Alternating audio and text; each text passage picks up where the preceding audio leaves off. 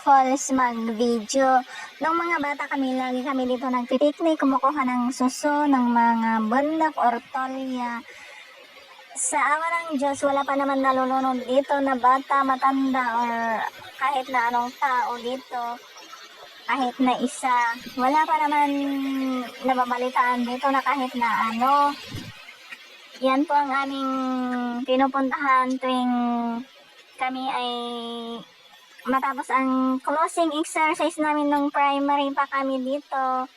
Kasi kapag bago umuwi ang teacher namin, gusto niya magpipiknik muna kami dito bago sila umuwi kasi syempre para may remembrance, di ba?